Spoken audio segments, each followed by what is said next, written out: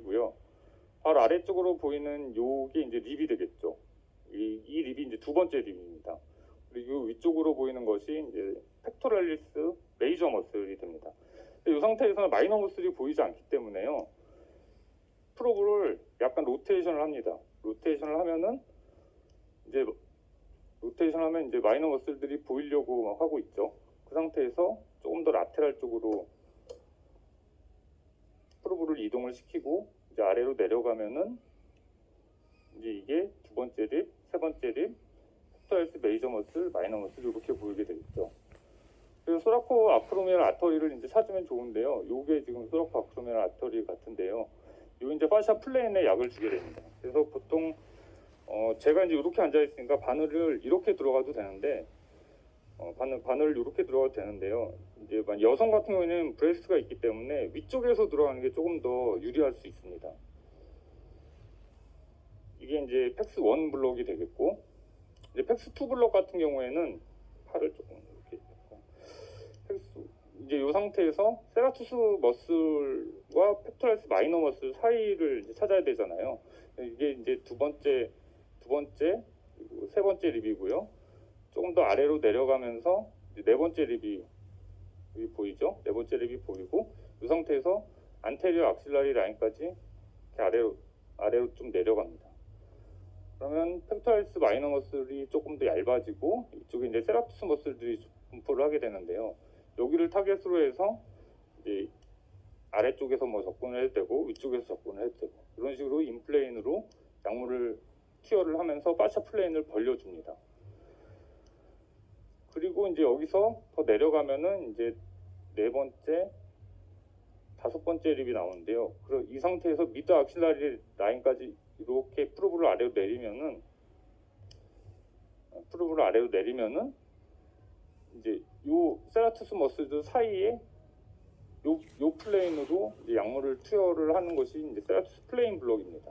보통 네 번째나 다섯 번째 립에서 요 정도 레벨에서 이제 투여를 하게 되는데요. 세라투스 플레인 블럭만을 위해서는 사실 슈파인 포지션보다는 라테랄로 포지션을 하는 게 훨씬 더 유용합니다. 한번 옆으로 누워보시면요. 예. 누워보시면 이제 아까와 마찬가지로 여기서 두 번째 립을 찾고 아래로 내려가면서 가운데 쪽으로, 그러니까 미드 악셀레리안 쪽으로 오면서 립을 카운트를 하는 거죠. 세 번째, 네 번째, 다섯 번째 립이니까 이 상태에서 이제 이 세라투스 머슬들 사이에 파샤 플레인을 타겟으로 해서 이제 바늘을 이런 식으로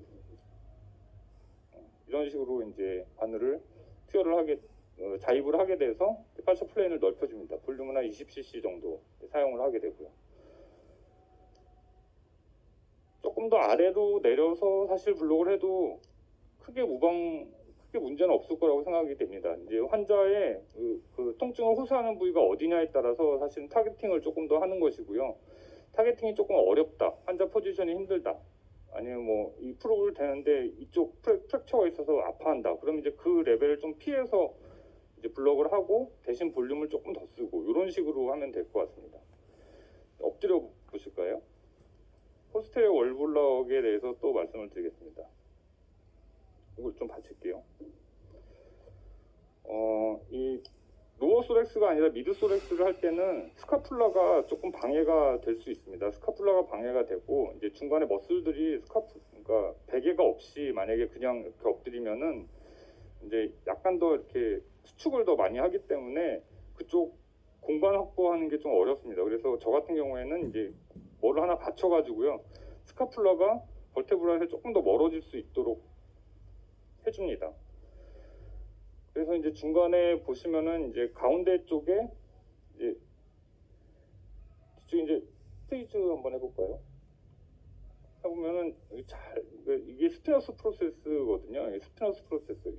그다음에 여기도 스피너스 프로세스. 굉장히 슈퍼피셜하게 그냥 훅 지나가죠. 이렇게 훅 지나갑니다. 이게 스피너스 프로세스고요. 척지해 보면은 뭐 잘 보이지 않더라도 금방 알 수 있죠.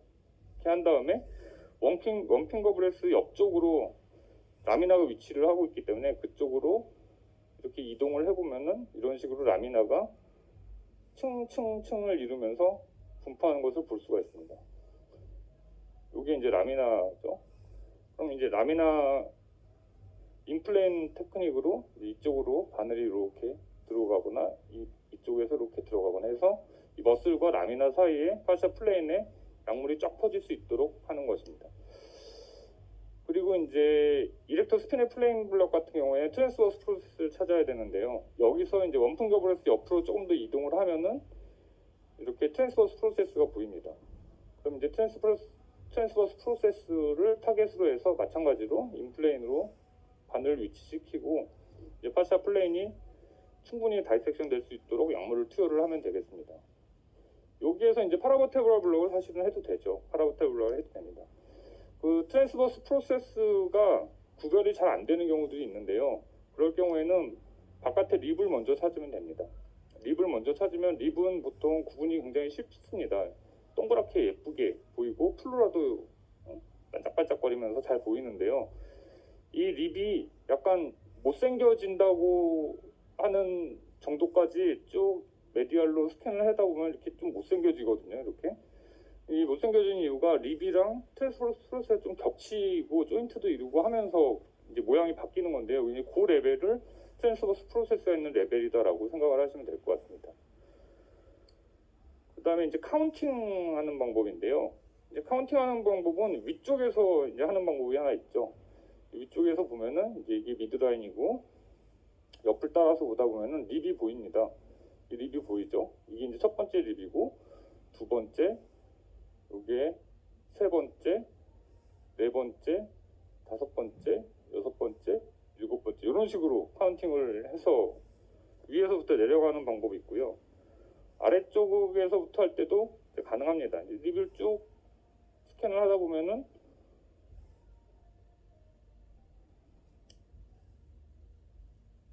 이건 트랜스버스 프로세스 같은데 여기 립이 보이죠? 이제 플로라가 보여야 되거든요. 플로라가 보이는 그 레벨을 찾는 거죠.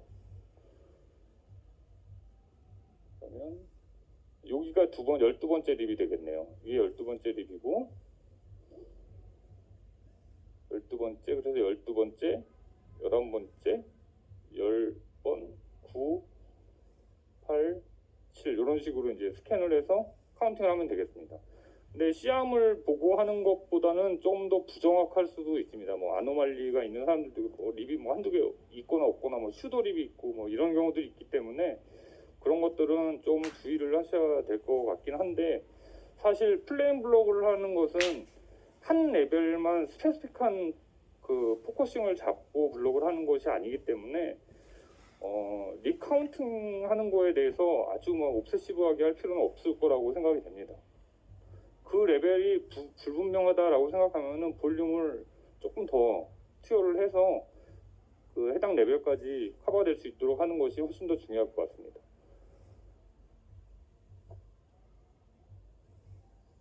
이상 그럼 마치도록 하겠습니다. 강의와 실습을 잘